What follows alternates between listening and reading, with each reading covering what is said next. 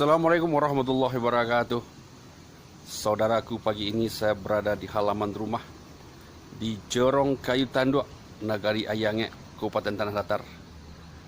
Sepertinya cuaca pada pagi hari ini agak mendung. Terlihat Gunung Singgalang ditutupi oleh awan. Hanya terlihat sedikit gunungnya. Tapi walaupun mendung pagi ini, saudaraku, hati ini tetap harus ceria dan bahagia. Apalagi ditambah berkembangnya bunga-bunga di halaman rumah. Di samping itu juga ada buah batang kedondong yang sedang berbuah, yang sudah bisa dimakan. Bahkan ada juga yang sedang berputik. Bahkan pagi hari ini juga ada jambu yang sedang matang, saudaraku. Menambah kebahagiaan hati ini. Merah, siap untuk dimakan. Di samping jambu besar, saudaraku, jambu kecil juga berbuah. Buahnya banyak tapi tidak sampai besar, hanya sebesar ini. Saudaraku, kita tinggalkan cerita bunga dan buah-buahan. Kita lanjutkan dengan inti dari video ini. Saudaraku, malam tadi tanggal 21 ada muzakarah di Muhammadiyah Padang Panjang Batipu 10 Koto, disebut dengan muzakarah ketarjihan Muhammadiyah, yang diselenggarakan oleh Majelis Tabligh. Muzakarah itu akan insya Allah dilaksanakan sekali 15 hari. Narasumber utamanya adalah Dr. Haji Zulkarnaini, Ketua Majelis Tarjih Pimpinan Wilayah Muhammadiyah Provinsi Sumatera Barat. Dan insya Allah Uzhar Channel akan menyuguhkan setiap muzakarah sekali 15 hari kepada saudara. Sebelum video ini ditonton, jangan lupa like, subscribe, dan share kepada kawan-kawan semua.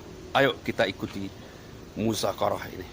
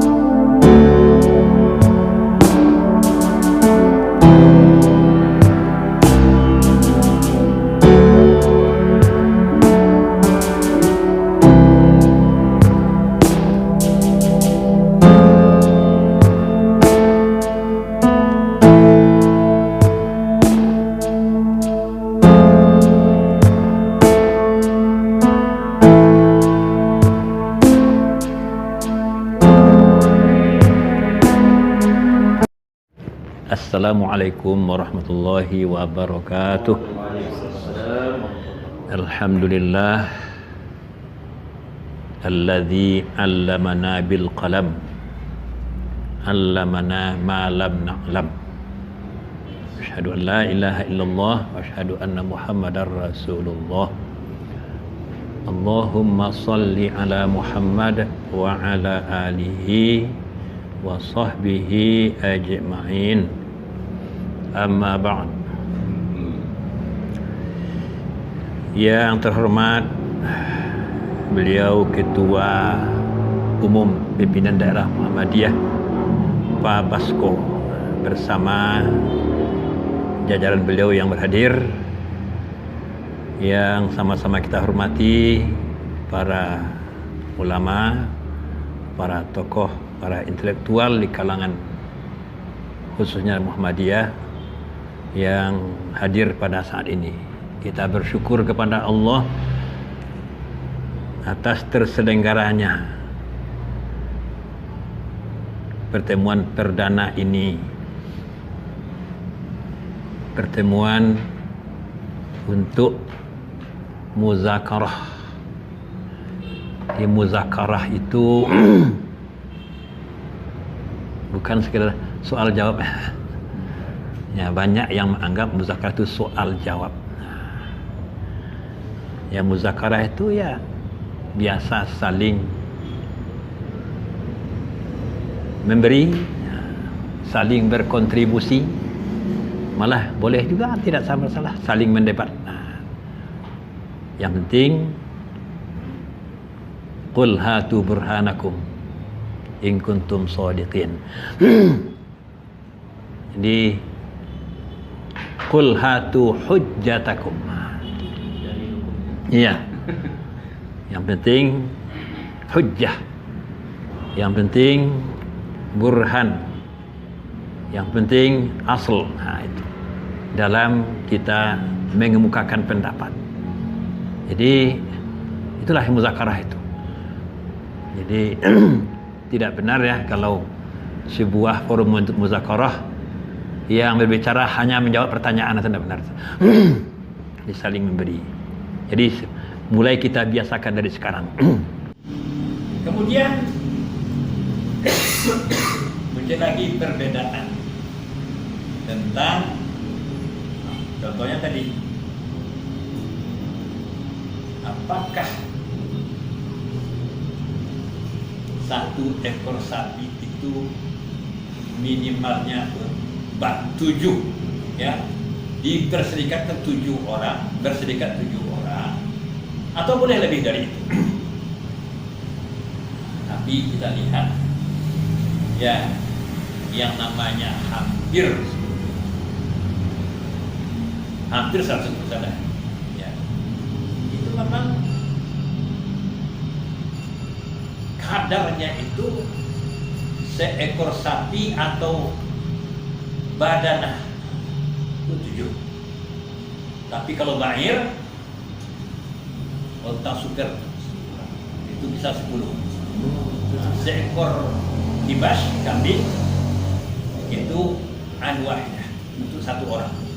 Itu pendapat itu sulit untuk dibantah. Walaupun sekarang dibukit-bukit termasuk oleh Syekh Ali Jabir yang Al-Fatah. Tapi saya dengar beliau sudah meralat kemarin. Ya, beliau hanya menyampaikan di depan khalayak dalam ceramah, bukan di sidang fatwa, bukan di hadapan MUI. Setelah dikritik oleh MUI, saya dengar di fatwa, beliau meralat bahwa beliau bukan ahlinya di bidang itu. Jadi saya ketika ditanya bagaimana nih dengan ucapan Nabi bahwa ya Allah, inilah udhiyah saya dan udhiyah keluarga saya dan udhiyah umat saya yang tidak sempat berkorban. Di situ kan ada kata an. Ya, kata an itu diucapkan Nabi dalam doa, bukan dalam sebuah pernyataan hukum. Ustaz, bukan bahasa Arabnya Ustaz, dan tadi Ustaz, tadi yang dimaksud. Ya, anni wa an ahli baiti wa an man lam yudahi min ummati. Itu diucapkan Nabi dalam doa beliau, bukan dalam sebuah pernyataan hukum. Tidak boleh kita ambil dari sana. Dan mungkin itu hanya khusus untuk Nabi mungkin. Iya. Jadi kalau yang namanya kadar udhiyah boleh kita sebut, hampir sepakat ulama, kadar udhiyah identik dengan kadar hadyu atau dam. Ya, kadar udhiyah identik dengan kadar hadyu. Apa itu hadyu? Ya kan, kalau di fikih hadyu itu berubah jadi dam. Dam itu artinya darah. Penyembelihan hewan tertentu, ada yang namanya bahagia dari rangkaian manasik haji, bukan pelanggaran, bukan denda. Seperti hadyu tamattu, hadyu qiran. Bisa dengar ada jemaah haji dari Padang Panjang dan Solo tidak mau menyembelih, tapi dia beli haji tamattu. Nah, gurunya, mohon maaf saya ya, kata guru kita kan tidak melanggar. Aduh, susah ya. Yang susahnya kalau ada rombongan saya ya, tapi gurunya ke saya. Aduh, iya. Jadi adi kotor itu dari sini. Jemaah haji dikontrol di sini. Tidak ada dam bagi yang memilih haji tamattu. Alasnya kita tidak melanggar. Itu yang melanggar itu dam kifarat, kafarah. Ya. Kalau dam tamattu, dam kirat itu namanya dam nusuk atau dam syukran. Dam sebagai bahagian dari rangkaian ibadah haji itu. Konsekuensi dari memilih tamattu bukan karena melanggar.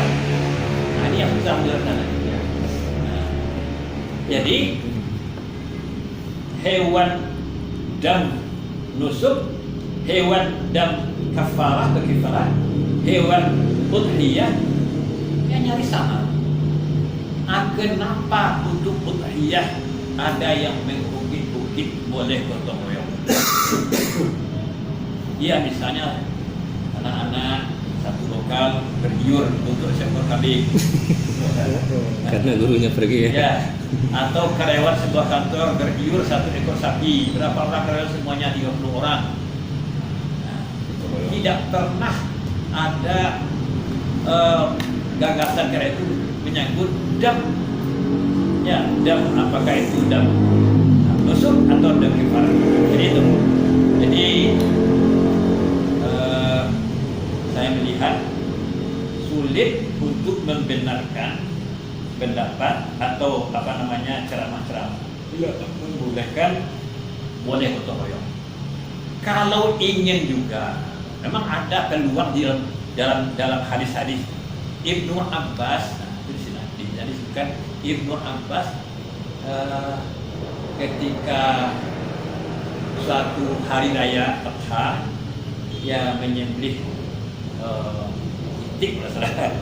Lalu dia bagi-bagi dagingnya makan sama. Ya silakan. Kalau namanya ibadah harta berkurang tidak masalah, berubah cuma nama saja berubah. Tapi nilai ibadahnya tak ada. Di ibadah harta ini ya berlakulah ma la yudraku kulluh la yudraku kulluh. Ma la yudraku kulluh la yudraku kulluh. Ma la yudraku kulluh la yudraku kulluh. Itu bab dua ini boleh dua-duanya. Tidak bisa semua, jangan tinggalkan semua. Jadi tidak bisa seekor kambing tapi ingin juga mensyiarkan Idul Adha dengan seekor ayam ya dalam besar boleh. Nah, tidak masuk dalam kelompok iya. Nilai ibadahnya tak ada. Ya ikut mensyiarkan Idul Adha. Itu menyangkut kadar udhiyah. Kemudian soal kulit ini sudah lama nih. Tapi mohon maaf, yang mempermasalahkan adalah panitia, bukan pencari korban. Artinya kalau orang berkorban pribadi di rumahnya tidak ada masalah. Ya, tidak ada masalah. Mau diapakan? Tapi panitia kadang-kadang itu tak dapat. Ini masalahnya. Apa salahnya ketika orang minta kasih saja? Kenapa harus ada kembali uang? Apa ruginya kita? Ya ada yang merasakan itu. Hadis-hadis yang banyak sekali, susah pula untuk tidak diakui kemakbulannya. Jadi banyak hadis melarang menjual kulit atau julud hewan kurban ini. Jadi setidak-tidaknya yang namanya dilarang itu katakanlah malunan lain. Tidak ada untungnya bagi kita. Tidak ada untungnya. Mempertahankan untuk dijual. Katanya mau bazir, kita tidak mau bazir. Tidak ada bazirnya. Artinya datang orang minta kasih saja. Oh atau supaya dijual juga, jangan kita jual. Serahkanlah kulit itu kepada orang miskin. Nah, ada orang beli, misalnya dia. Jangankan kulit, daging boleh dia jual. Tapi yang jual itu mustahil. Bukan pencari korban. Nah itu bukan panitia. Ya. Ini kan perpanjang tangan. Tuh. Panitia itu kan perpanjang tangan peserta korban. Jadi itu yang sering bermasalah panitia. Kalau panitia itu memahami fakulu minha itu gimana? Ah, Fakulu minha kulit itu ya dia makan ikan. tidak apa-apa. Dia dimakan Kalau bersama. kalau dimakan adalah Maksudnya, Hah? maksudnya dia yang ngambil untuk dia, Iya. dia itu, Iya. dia jual. Pasti bagi penikiannya. Ya jadi begini. Ya, saya itu juga begitu. Ya, jadi ada namanya prioritas lain. Pembagian daging kurban itu kan tidak ada benar yang larang, wakil. Iya. Tapi prioritas al-ba'is al-faqir, al-qani'a wal-mu'tar. Ya. Itu prioritas.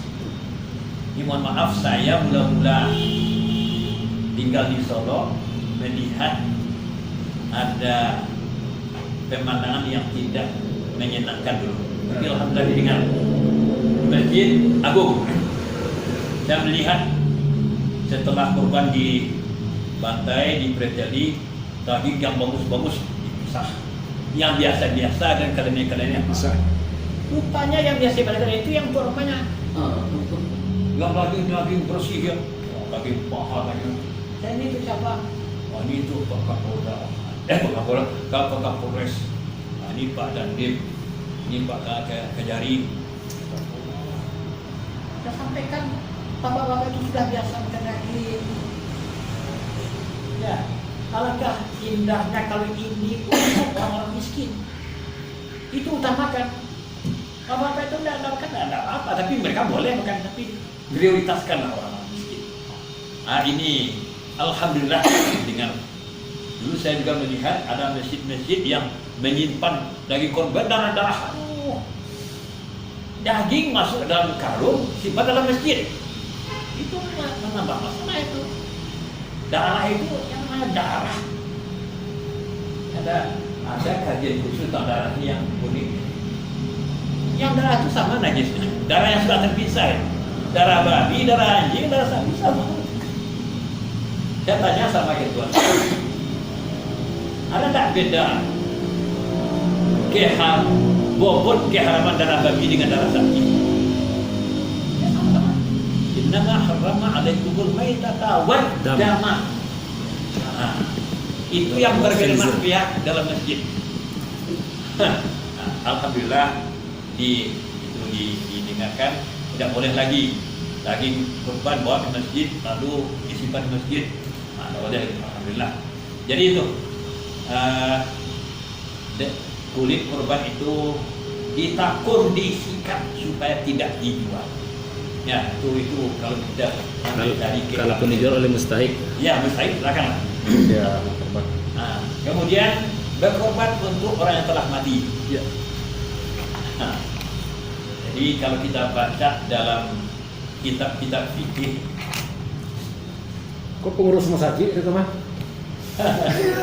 Pelaksana. Iya. Dia mau kontes uang. Iya, iya. Lanjut itu. jadi masalah yang paling pokok, apakah ada peluang ibadah untuk orang yang telah mati? Saya pernah berdebat dengan kawan-kawan, tapi nampaknya lebih disepakati pendapat secara umum tidak. Secara umum seseorang hanya beramal untuk dirinya. Enggak biasa.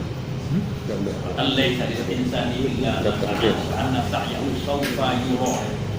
Itu secara umum. Innama tujzauna ma kuntum ta'malun. Sana aja ada. Tapi ternyata kita tidak bisa mengingkari Dokter aja sebentar. adanya nas-nas yang memberikan pengecualian. Ya, jadi memang ada ma min amin illa wa qad khussisa. Itu kaidah tentang am dan khas.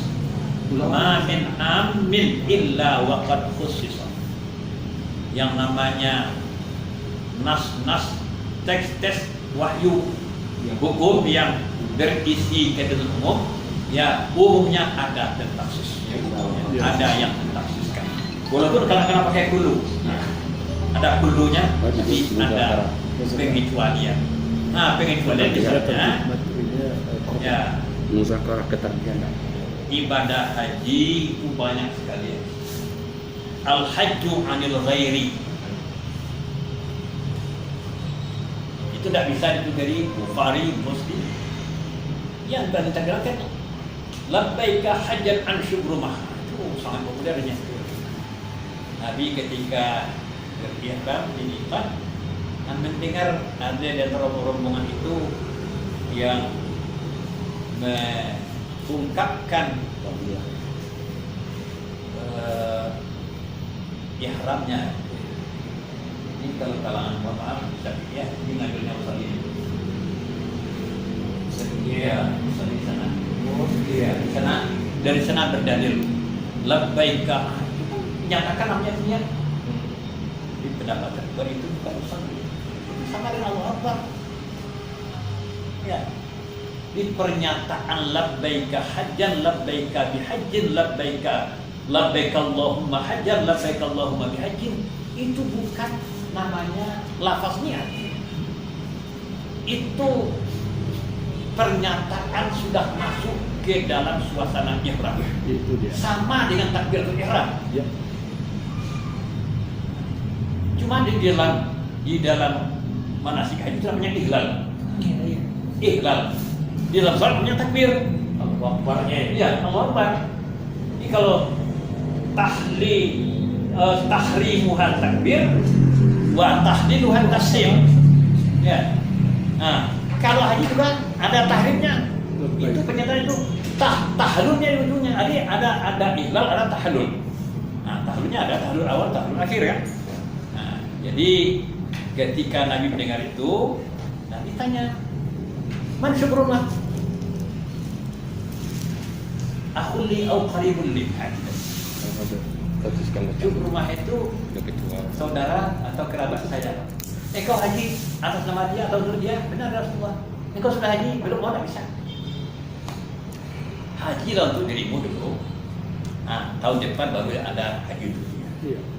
Jadi hanya ada satu haji oleh satu orang dalam satu musim haji. Nah, ini tolong ingatkan ini Pak. Iya, iya. Apa masalahnya ini? Di Mekah ada orang menawarkan badal haji. Betul. Ya, kalau sekalian menawarkan, yang masalahnya ada temuan. Bukan jual. Satu orang yang berada sekian orang. Ya nggak boleh. Nah, itu ada temuan itu. Ya, kebetulan ya, Kalau- mahasiswa kita. Kalau misalnya kita yang awam tidak tahu, Ya. sementara dia kita menganggap kita kan sudah membadalkan orang tua kita misalnya. Iya. Kita pakan sama dia. Iya. Sementara yang lainnya sudah terima. Iya. Itu gimana tuh Pak? Buka. Ya banyak yang bermasalah.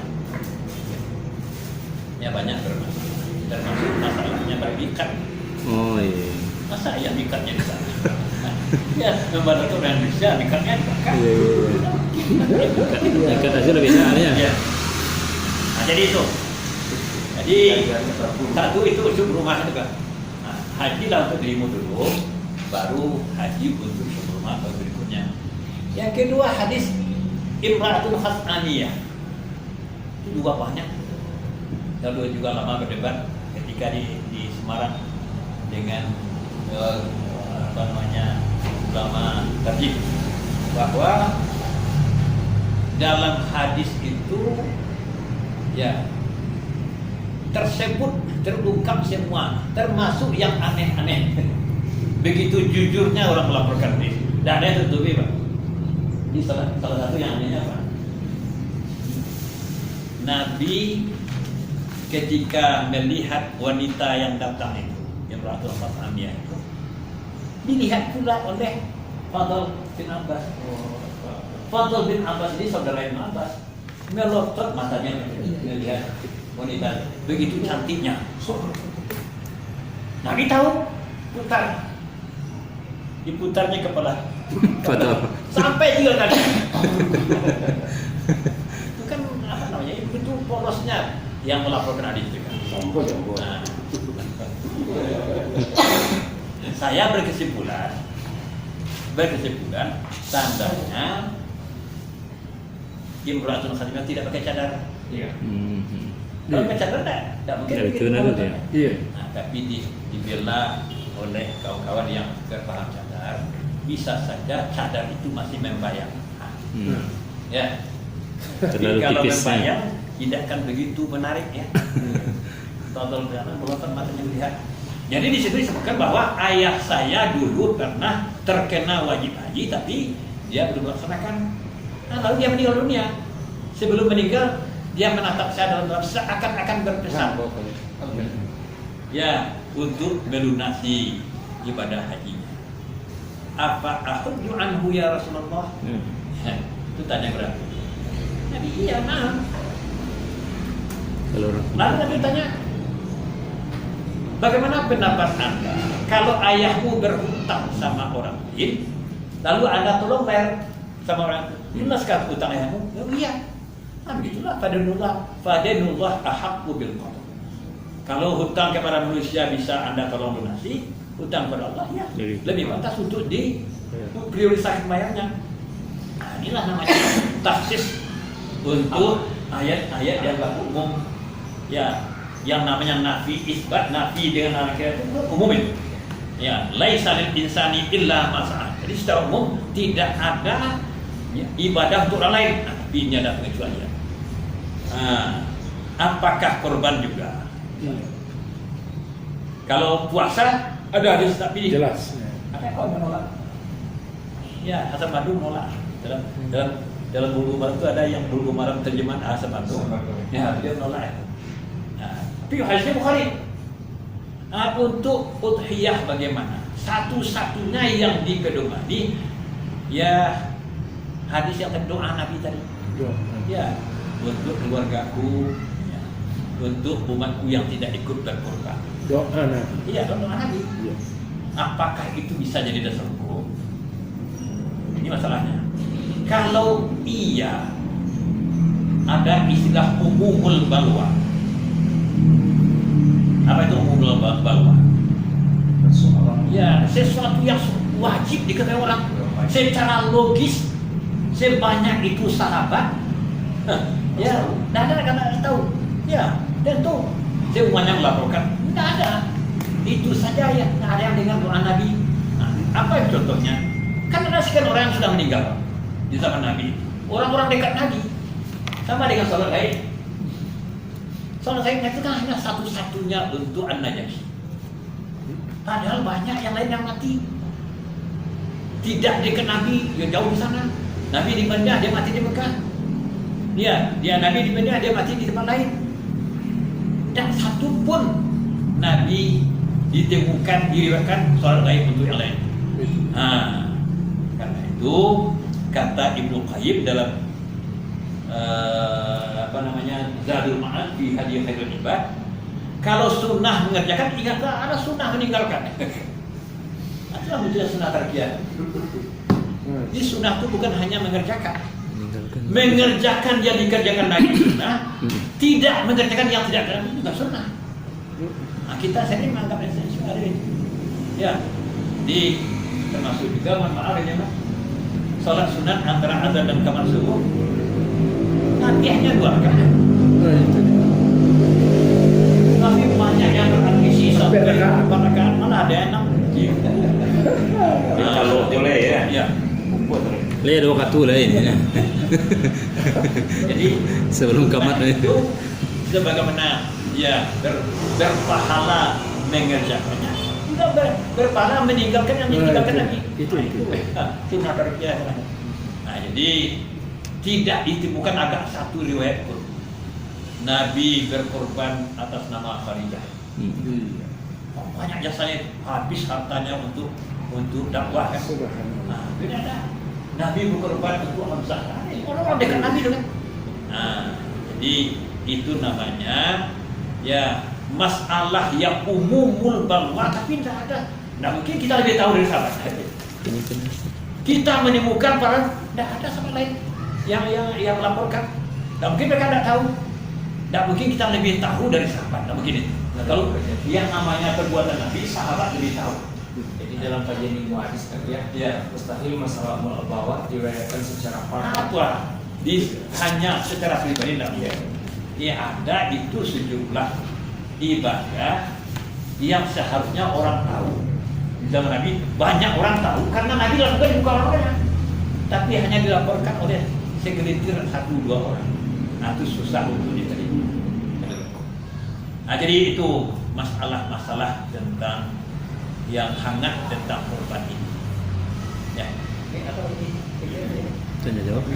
Kena tekanan. Iya. Baik, jadi waktu kita sangat kasih ini. Iya, Tanya jawab lah. ada tanya jawab dulu ya. Iya. Ini kita persilakan kepada Ustaz yang lain dulu ya, yang lain itu mungkin masih ada yang perlu dipertanyakan. Ya Ustaz. Oke. Terima kasih. Assalamualaikum warahmatullahi wabarakatuh. Waalaikumsalam. Terima kasih banyak Buya. Yang pertama yang saya ingin tanyakan masalah tadi, kalau saya tidak salah Buya menjelaskan kalau untuk onta kalau ya super itu bisa sampai 10. Iya, ada nulis. Ya, itu mungkin ada dalilnya. Ya. Cuman bagaimana kalau misalnya sapinya itu besar, sapi simental 1 ton misalnya beratnya.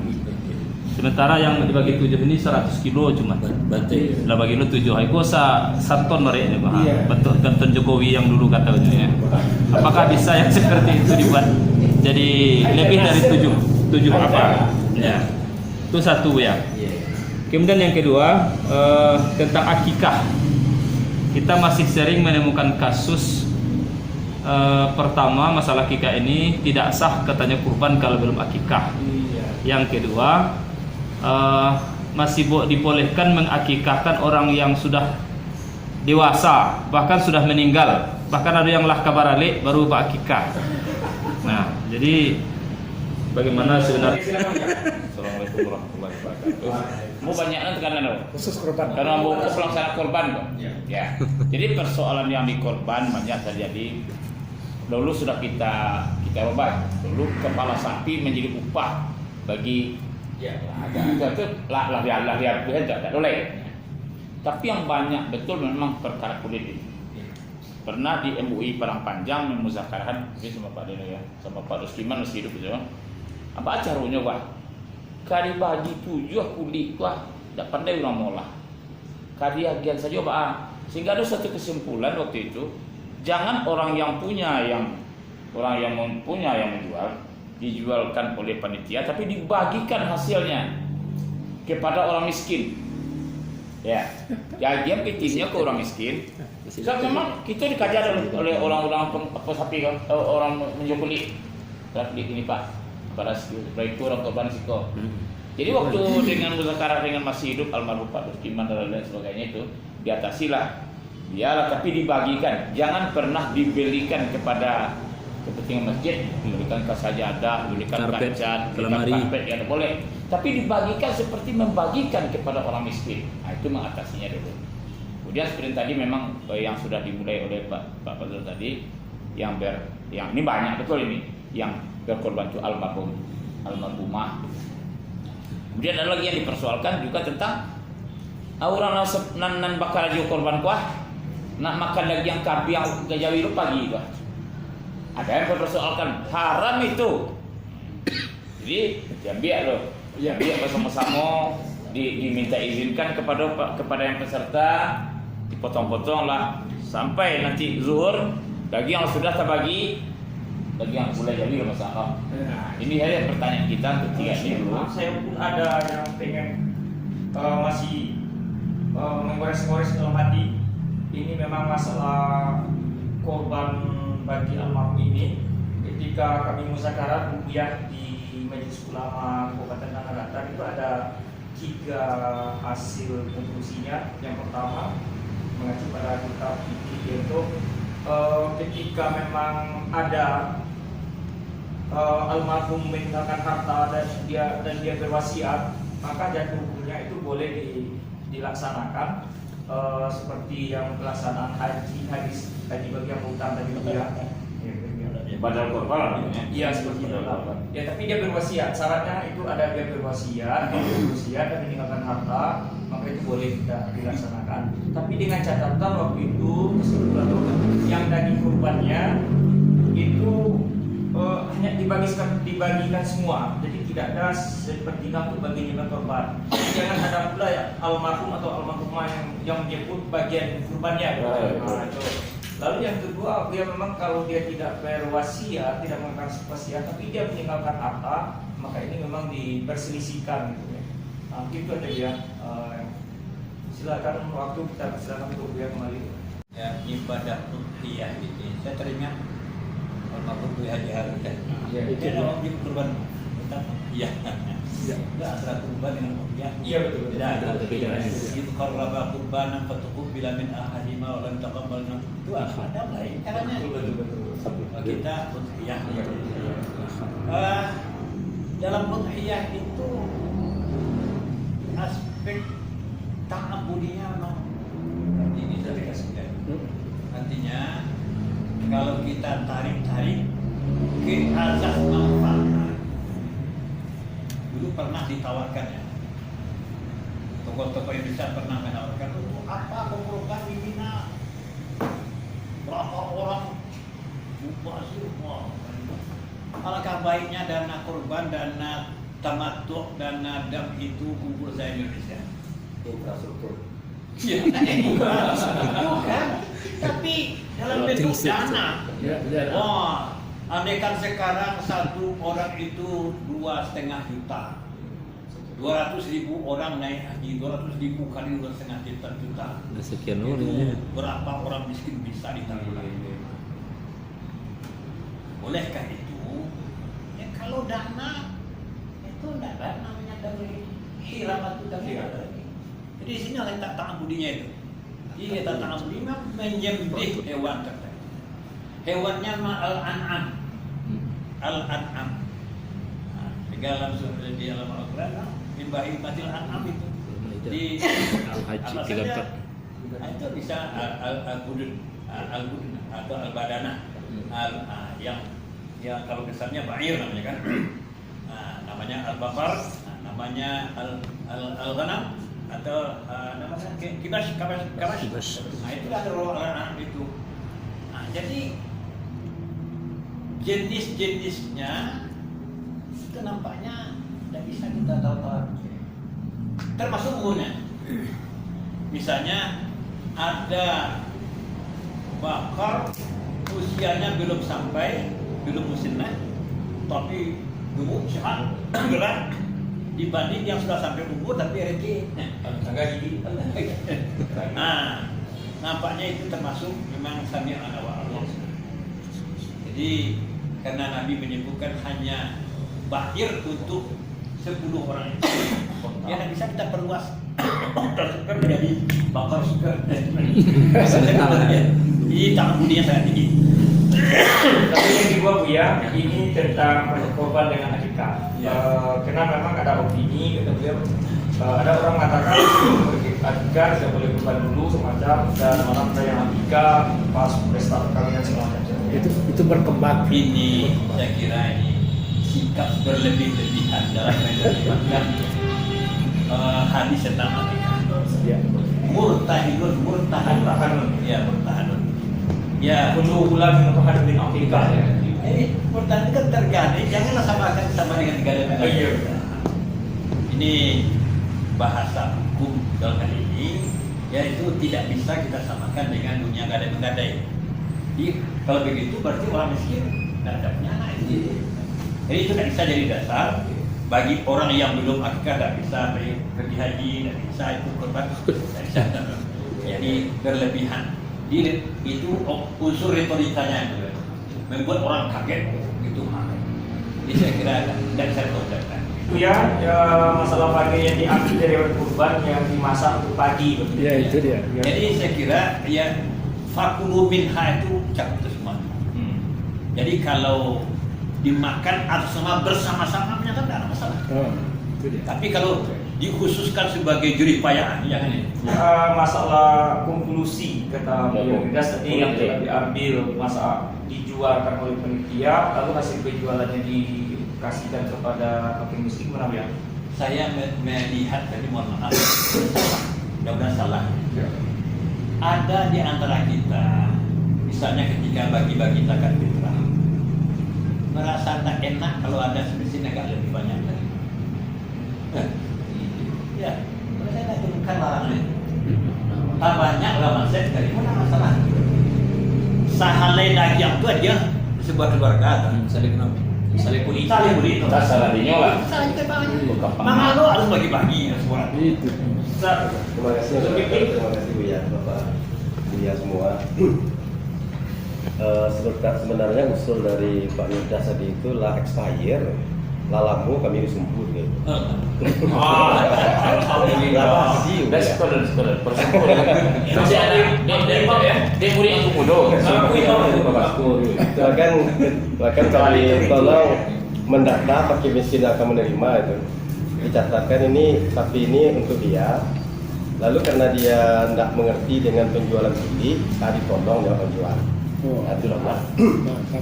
Lalu ini pertanyaan Bu ya.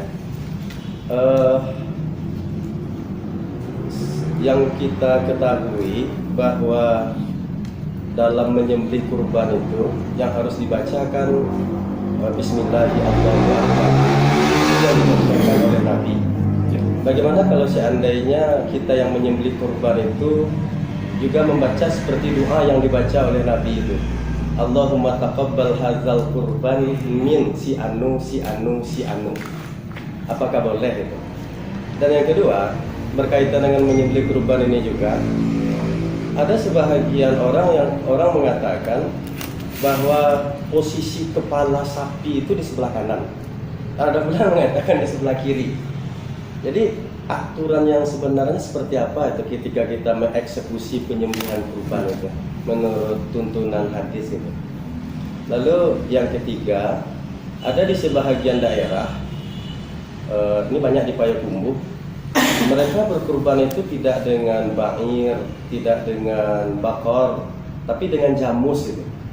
Nah, bagaimana, apakah bisa jamus itu dianalogikan dengan bakor itu? Bisa dianalogikan dengan unta gitu ya? Sebab tidak satu hadis pun yang pernah saya temukan ada Nabi dan para sahabat yang berkurban dengan menggunakan kerbau itu. Sedangkan mereka di sana budaya kerbau itu. Kalau tidak kerbau, tidak afdol kata mereka. Ya. Mungkin hanya itu biar terima kasih. Ya. Oke, sekarang Buya langsung ya. Jadi doa kalau yang tercantum dalam Al-Quran menyebut nama Allah. Iya, maskur. Kalau di dalam hadis di samping menyebut nama Allah ada takbirnya Allah Akbar. Tapi ada juga Nabi di samping bertasmiyah, bertakbir juga berdoa. Nah, ini sedikit tentang doa ini. Kelihatannya yang namanya doa yang baik-baik, asal doa itu baik, itu agak longgar. Mengamalkan doa yang baik itu agak longgar. Jadi tidak terlalu kecuali kalau memang dalam salat ya.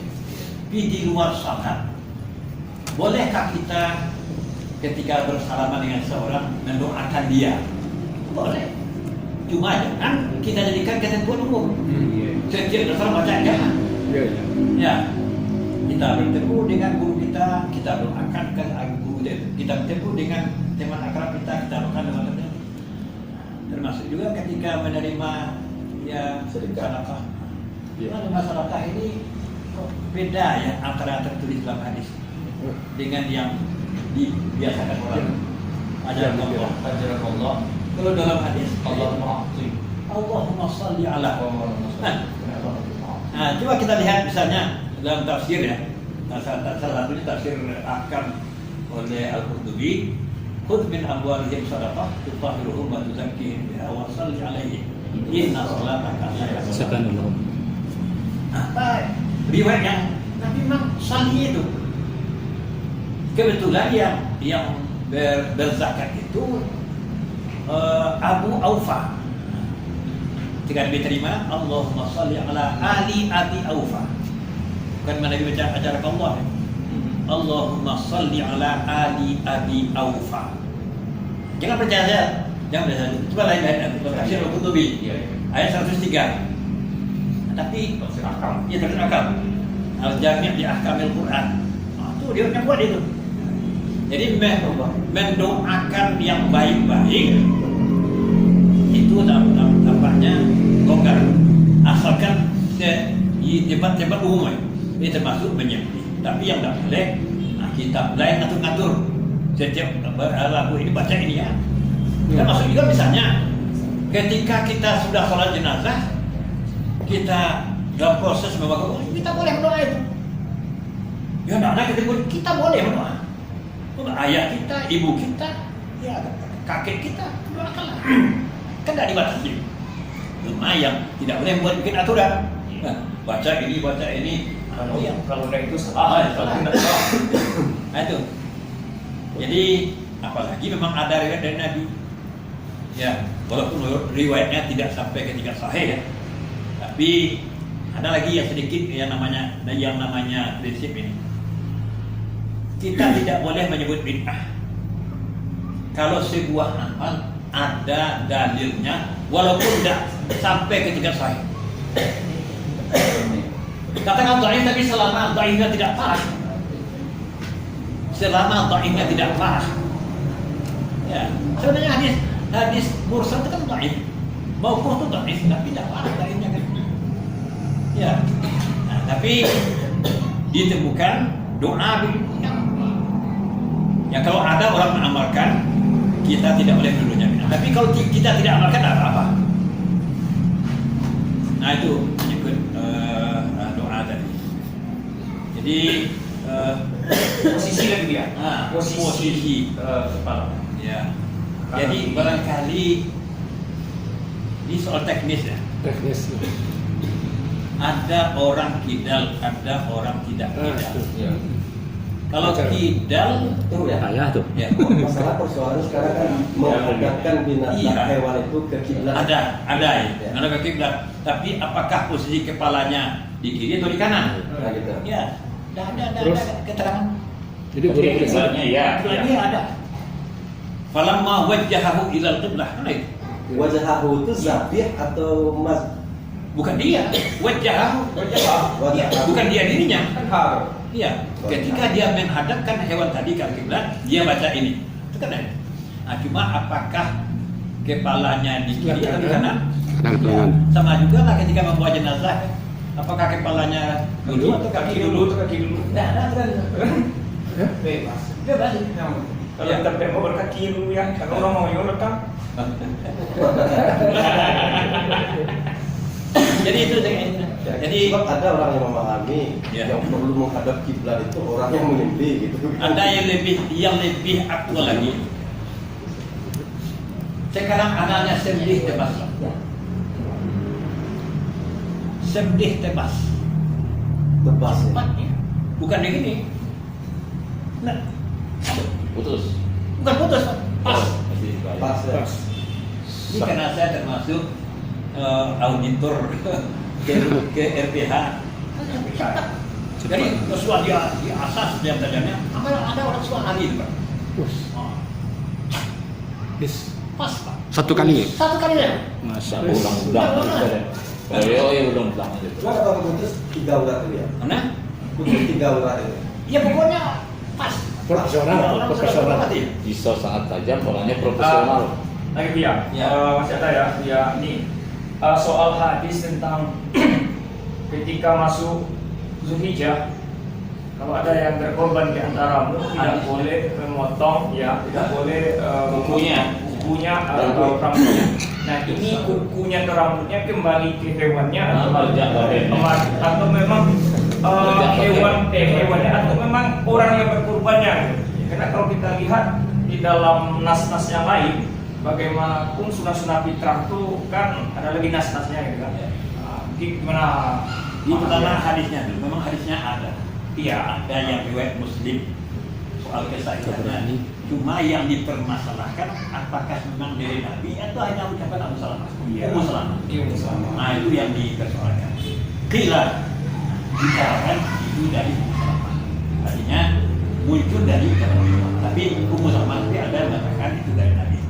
Kalaupun itu dari Nabi, ya Itu dulu tidak bisa kita menghindar dari begini. Ya. Umumnya para fuqaha memahami hadis ini tidak mengikat, tidak mengikat. Paling tinggi hukumnya 5, tidak sampai ke haram, tidak sampai pula ke batal. Sebab berhadapan dengan hadis-hadis lain. Ya. Sama dengan sunat suruh, sunat isra salah. Berhadap hadisnya kalau sunat isra itu hasan. Tapi hadis yang melarang sholat sejak selesai sholat subuh sampai irtafa'a asyam hatta tartafi'a asyam itu sahih. Itu masalahnya. Jadi kalaupun hadis ini ya kita akui lah memang bersumber dari marfu' dari Nabi atau fi'il marfu', tapi tidak mengikat sampai ke tingkat haram ataupun ke tingkat batal. Ya, contohlah misalnya, ada orang sudah membiasakan potong kuku setiap hari Kamis misalnya atau Jumat. Ternyata hari Kamis itu idza ra'aitumul hilala min dzilhijjah wa arada ahadukum ayyidhiya atau ya Musik. cobalah itu seminggu tambah lagi 10 hari. Panjang. Salat singko Itu coba lihat jadi ya. Semua yang ada. Jadi itu. Jadi kita logiknya itu paling yang diperdebatkan. Memang sampai almarhum punya tidak bisa berdebat. Karena saya dengan berdebat. Akhirnya pas mau meninggal dia telepon lagi. Saya akui juga antum katanya dia. Jadi kembali domir itu memotong kukunya min asfarihi itu kan. Ya. Asfarihi dan rasarihi. Hewannya. Ya. Apakah hewannya itu? Kalau saya cenderung itu ke orang yang membuat kurban. Karena istilah memotong itu tidak lumrah bagi hewan. Kemudian kata-katanya jadi kalau bulu domba. Iya. Jadi bahasanya tuh yang asfar dan sa'ar. Itu ada kembali ke orang. Kalau untuk hewan itu jildun namanya. Bukan Jadi kesimpulannya kalau saya ini bukan sudah membuat dari Musalamah, nanti ada perbedaan rofihi wa waqfihi, ada yang memarfukan di sini atau mauqufkan. Memang orang yang mau berkurban, itu yang lebih arjah, lebih kuat itu. Masalah nanti hukumnya tidak sampai haram. Jadi ya lebih tinggi itu. Di uraian yang sangat rinci itu dalam Al-Majmu'. Syarat muhadzab diungkapkan semuanya. Malah ada pendapat imam yang serius. Itu Secara mazhab. Iya. Kemudian itu kenapa apa hikmahnya untuk berpartisipasi dengan kaum nasional Iran? Apa tujuannya? Ya ada totalnya. Orang sedang ihram itu tidak hanya potong-potong, malah yang lebih berat itu buang suami istri. Iya. Kalau itu mau nggak boleh juga buang suami istri. Ada disebut dalam Al-Majmu'. Berpartisipasi apa tadi ya? Berpartisipasi dengan teman-teman yang sedang ihram. Yang sedang Tidak boleh potong kuku, tidak boleh potong. Kenapa itu? Itu soal kecil.